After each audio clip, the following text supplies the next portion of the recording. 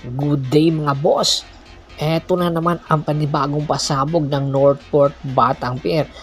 Itong si Gio Halalon daw ay isusunod na sa katatapos lang na trade ng Northport Batang Pier at ng San Miguel Bermen, na kung saan pinakawalan na nga ng Northport Batang Pier ang kanilang big man na si GM Calma kapalit ni Aban Naba plus future picks. Marami ang nagsasabi lugi dito ang Northport Batang Pier dahil napakaganda naging performance itong si GM Calma sa Northport Batang Pier. Kaya naman ayon nga mismo sa ilang mga artikulo ng lalabasan ngayon ay posible nang isunod itong si Gio Halalon ng Northport Batang Pier. Dalawa ang posibleng maging destination nitong si Gio Halalon. Kung sakasakali man napasukin ni Gio Halalon ang free agent market, titingnan niya yung destinasyon na meron siyang future. It's either Tropang Giga or ayon sa ating kuliglig, Barangay Ginebra San Miguel.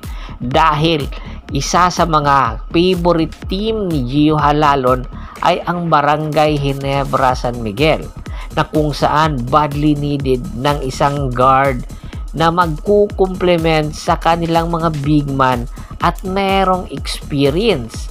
Sa experience na meron itong si Gio Halalon, pagdating sa mga semifinals or crunch time ay masasabi natin malaki ang may tutulong nito sa Barangay Ginebra San Miguel. Plus the fact na meron siyang depensa. Kumbaga, ang kinakailangan kasi ngayon ng Barangay Ginebra San Miguel ay isang two-way player na magkakaroon din sila ng energy guy. Ito kasi yung nagkukulang sa Barangay Ginebra San Miguel. Hindi naman kasi kaya ni Scotty Thompson mag-isa at ni Justin Brownlee. Lalong-lalo na sa sitwasyon ngayon. Philippine Cup, wala si Justin Brownlee. Kaya maghahanap talaga si Coach Tim Con ng posibleng sandalan. Alam natin na malalim ang lineup ng Ginebra pero wala silang role player. At isa sa mga tinitingnan ng Barangay Ginebra at ni Coach Tim Con na maging role player at maging main na point guard itong si Gio Halalon. Samantala, ayon din sa ating kuliglig, hindi lang si Gio Halalon ang posibleng pasukin ang free agent market, including na itong si Stanley Pringle.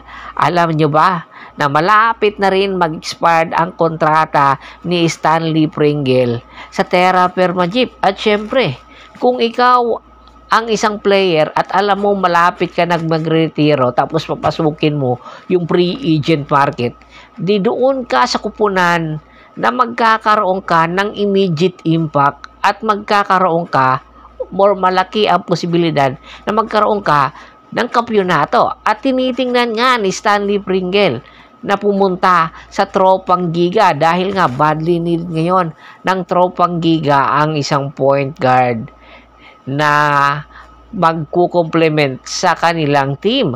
Alam natin sa pagkawala ni Jason Castro sa Tropang Giga ay nahihirapan sila mag-adjust. Mabuti na lang at nag-step up itong si Reyna Batak. Pero ngayon nawala si RHJ sa Tropang Giga dahil Philippine Cup ito. Kinakailangan talaga ng barangay rather ng Tropang Giga ang serbisyo nitong si Stanley Pringle.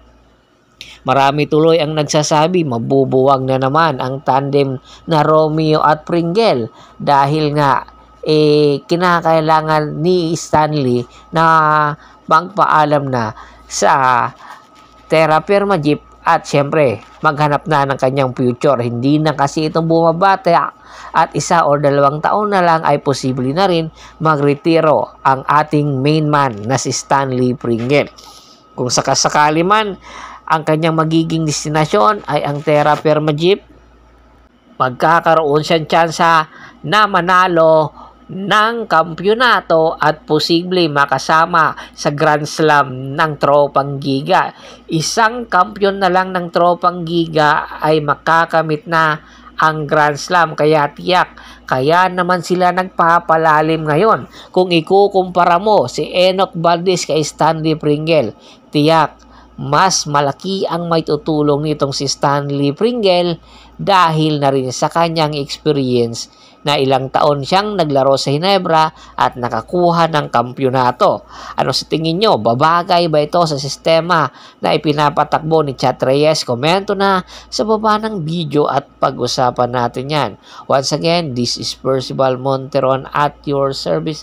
Don't forget to subscribe my sports channel at don't forget to click the notification bell button para nga maging updated palagi sa kwentuhan. At bago pa man natin tapusin ang ating kwentuhan, shoutout muna tayo sa ating mga solid na followers na laging sumusuporta sa atin.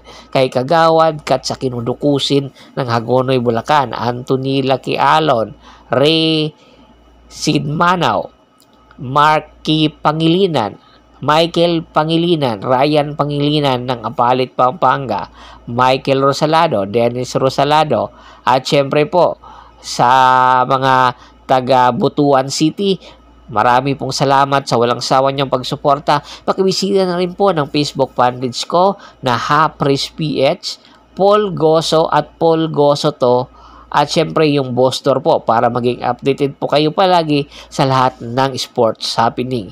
Mapa NBA at PBA at iba pang mga liga na basketball. Hanggang sa muling kwentuhan, maraming salamat po.